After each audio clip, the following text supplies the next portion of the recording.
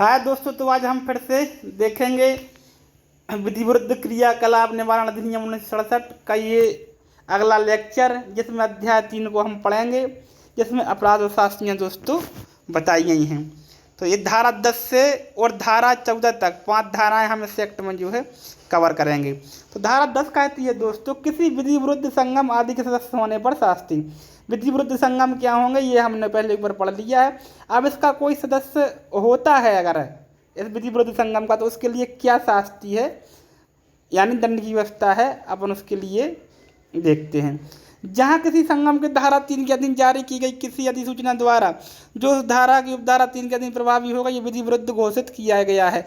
मान लो कोई केंद्र सरकार ने अधिसूचना निकाली और जो अधिकरण है उसने भी उसको पुष्टि कर दी है, तो इसके बाद अब क्या होगा देखिए। एक, कोई व्यक्ति जो ऐसे संगम का सदस्य है और बना रहता है या ऐसे संगम के अधिवेशनों में भाग लेता है, जब विधि विरुद्ध घोषित हो गया तो उसका सदस्य है, या पहले से था तो बना रहता है, या जब भी उसकी कोई बैठक होती है उसमें भाग लेता है, या ऐसे संगम के प्रयोजन के लिए अभिदाय करता है, मतलब कुछ पैसे वगैरह देता है, या उसके लिए कोई अभिदाय प्राप्त करता है या उसकी इच्छा करता है, या तो चंदा उगाता है या चंदा देता है, या ऐसा करने की इच्छा रखता है।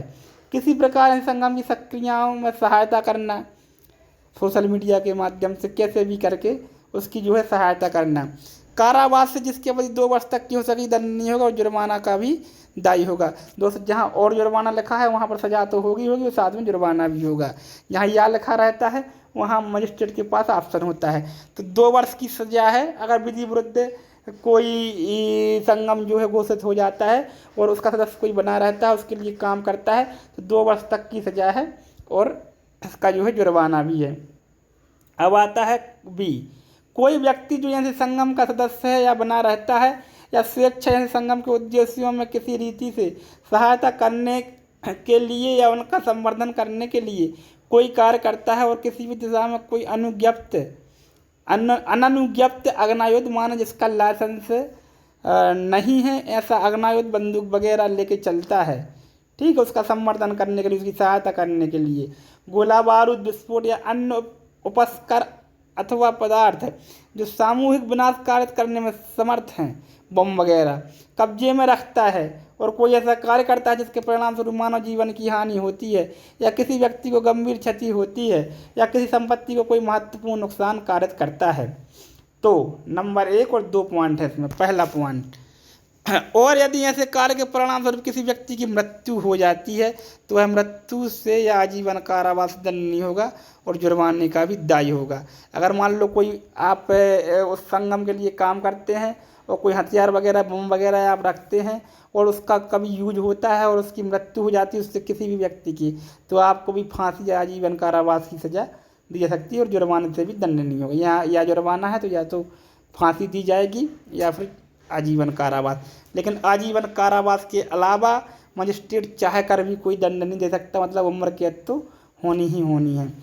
नंबर 2 आता है, किसी अन्य दशा में ऐसी अवधि के कारावास जो 5 वर्ष से कम नहीं हो किंतु आजीवन कारावास हो सकेगा, दंडनीय होगा, जुर्माना के भी दायी होगा। मान लो आपने कोई हथियार रखा और उससे कोई भी अन्य हानि हुई, उसके परिणाम स्वरूप अगर मर गया है आदमी तो अधिकतम फांसी और कम से कम आजीवन कारावास। और इसके अलावा अगर कोई अन्य हानि होती है दोस्तों तो उसे कम से कम मिनिमम 5 साल की सजा, मतलब मजिस्ट्रेट भी जज भी 5 साल से कम नहीं दे सकता है और जो आजीवन कारावास तक हो सकती है और जुर्माने का भी दायी होगा। तो ये ऐसे याद रखना है। वहाँ सदस्य होने पर केवल 2 साल की सजा या जुर्माना, ठीक है, और जुर्माना था वहाँ भी 2 साल की सजा और जुर्माना। यहाँ पर मृत्यु अगर मर जाता है कोई गोला बारूद वगैरह रखने से तो मृत्यु आजीवन कारावास, अन्य स्थिति में कम से कम 5 साल की और अधिकतम जो है आजीवन कारावास और विथ फाइन ये रहेगा। अब आती है धारा 11, विधि विरुद्ध संगम की निधियों से बरतने के लिए शास्ति। विधि विरुद्ध संगम की जो निधियाँ हैं, अकाउंट्स वगैरह हैं, तिजोरियाँ वगैरह हैं, उनके लिए क्या शास्ति है। यदि कोई व्यक्ति जिस पर धारा 7 की धारा 1 के अधीन किन्हीं धन और प्रतिभूतियों पावनों के संबंध में किसी प्रतिषेधात्मक आदेश की तामील की जा चुकी है, जैसे अपन ने ऊपर पढ़ा था कि उसके जो हेड वगैरह हैं या जो रखता है उनको तामील की जाएगी कि इनका जो कोई भी उपयोग बिना कलेक्टर महोदय की या अन्य जिसको मतलब केंद्र सरकार नियुक्त करे उसके अलावा कोई भी कि मतलब अपन इसको ये कह सकते हैं कि उसके आदेश के बिना या जैसे वह करे बिना उस रीति के जो है उपयोग नहीं करेगा। उस प्रतिषेधात्मक आदेश के उल्लंघन में उन्हें संदत्त परिदत्त या अंतरित करेगा। संदत्त करेगा माने प्राप्त करेगा या देगा, परिदत्त करेगा किसी को देगा, ठीक है, या अंतरित करेगा माने इधर से उधर ट्रांसफर करेगा, या उन किसी भी रीति से अन्यथा बरतेगा तो वह कारावास से जिसकी अवधि 3 वर्ष तक की हो सकेगी, ठीक है, या जुर्माने से या दोनों से। यहाँ 3 वर्ष की सज़ा मिली है अगर निधियों का कोई इधर उधर करता। केवल इतना याद रखना, क्वेश्चन भी आएगा तो इतना ही आएगा, इससे ज़्यादा नहीं आएगा, ठीक है। ऐसे उल्लंघन का विचारण करने वाला न्यायालय दो सिद्ध व्यक्ति को उन धनों या पावनों की रकमें या उन प्रतिभूतियों का बाजार मूल्य जिनके संबंध में प्रतिषेधात्मक आदेश का उल्लंघन किया गया है या उनका ऐसा भाग ऐसा न्यायालय ठीक समझे वसूल करने के लिए उस पर अतिरिक्त जुर्माना भी, और जितना वो जितने के संबंधित वो धन था उतना जुर्माना भी जो है लगा सकता है। अब आता है 12, अधिसूचित स्थान के संबंध में किए गए आदेश के उल्लंघन के संबंध में। तो देखो 3 प्रकार के आदेश थे। संगम के उल्लंघन के बारे में विधिबद्ध हो गया, उसकी निधियों के बारे में, और किसी स्थान को भी पिछली धारा में जो है अधिसूचित किया गया है कि ये विधि विरुद्ध स्थान घोषित किए जाते हैं। तब अगर उनका उल्लंघन करने पर जो है क्या होगा, अपन ने ऊपर पढ़ा था कि उनको मतलब वो जा नहीं सकते, वहाँ पर कोई नया निवास नहीं कर सकता, ऐसा सब कुछ था। तो पिछले लेक्चर में ये बातें हो चुकी हैं, आप पीछे जाके उसको देख सकते हैं। जो कोई किसी वस्तु का उपयोग धारा 8 की उपधारा 1 के अधीन उसके संबंध में किए गए प्रतिषेधात्मक आदेश के उल्लंघन में करेगा, वह कारावास से जिसकी अवधि 1 वर्ष तक की हो सकेगी और जुर्माने से भी दंड। तो देखो 1 वर्ष की। दोस्तों जो एक्ट्स होते हैं बहुत सिस्टमेटिक होते हैं। पहले उनने हमें अधिसूचना पढ़ाई, फिर उल्लंघन पढ़ाए कितने कितने प्रकार के, अब उसी क्रम में जो है सज़ा पढ़ा रहे हैं। पहले 2 साल की सज़ा, फिर मृत्यु या आजीवन कारावास, फिर कम से कम 5 साल की आजीवन कारावास, फिर जो है 3 वर्ष की सज़ा, ऐसे करके अब अपन ने निधियों में 3 साल की पड़ी थी, ठीक है। अब यहाँ पर अपन जो है इसको 1 वर्ष की सज़ा अपन पढ़ रहे हैं। धारा 12 में कितनी है, स्थान के संबंध में वस्तु के उपयोग में 1 वर्ष की, ठीक है। जो कोई धारा 8 की उपधारा के अधीन किए गए आदेश के उल्लंघन में जानते हुए और जानबूझकर किसी अधिसूचित स्थान में होगा या उसमें प्रविष्ट करेगा या प्रविष्ट होने का प्रयत्न करेगा और कारावास, जैसे मान लो किसी स्थान को संसूचित कर दिया कि यहाँ पर कोई नहीं जाएगा और वहाँ पर जाएगा तो भी 1 वर्ष की सज़ा जो है और जुर्माना विथ फाइन यहाँ पर भी दोस्तों है, ठीक है। विधि विरुद्ध क्रियाकलापों के लिए दंड। अब विधि विरुद्ध क्रियाकलाप के लिए दंड धारा 13 में दोस्तों, तो विधि विरुद्ध क्रियाकलाप निवारण अधिनियम ही, इसके कारण, इस नाम के कारण जो है धारा 13 बहुत ही इम्पोर्टेंट हो जाती है कि विधि विरुद्ध क्रियाकलाप के लिए दंड किस धारा में दिया गया है, तो ये 13 है, धारा 13। ये टाइटल धारा इसको अपन बोल सकते हैं, ठीक है। जैसे हर फिल्म का टाइटल सॉन्ग होता है ऐसे ही ये टाइटल सेक्शंस है। किसी विधि विरुद्ध क्रिया में भाग लेना ऐसी क्रिया करेगा अथवा किसी विधि विरुद्ध क्रिया के किए जाने का पक्ष समर्थन करेगा, ये नहीं करेगा समर्थन भी करेगा, तब दुष्प्रेरण करेगा। दुष्प्रेरण जो है कहाँ दंडनीय है दोस्तों, 107 में बताया गया है और 108 से लेके और वहाँ पर 120 तक ए तक जो है इसका सब कुछ चलता है। ये IPC का भाग है।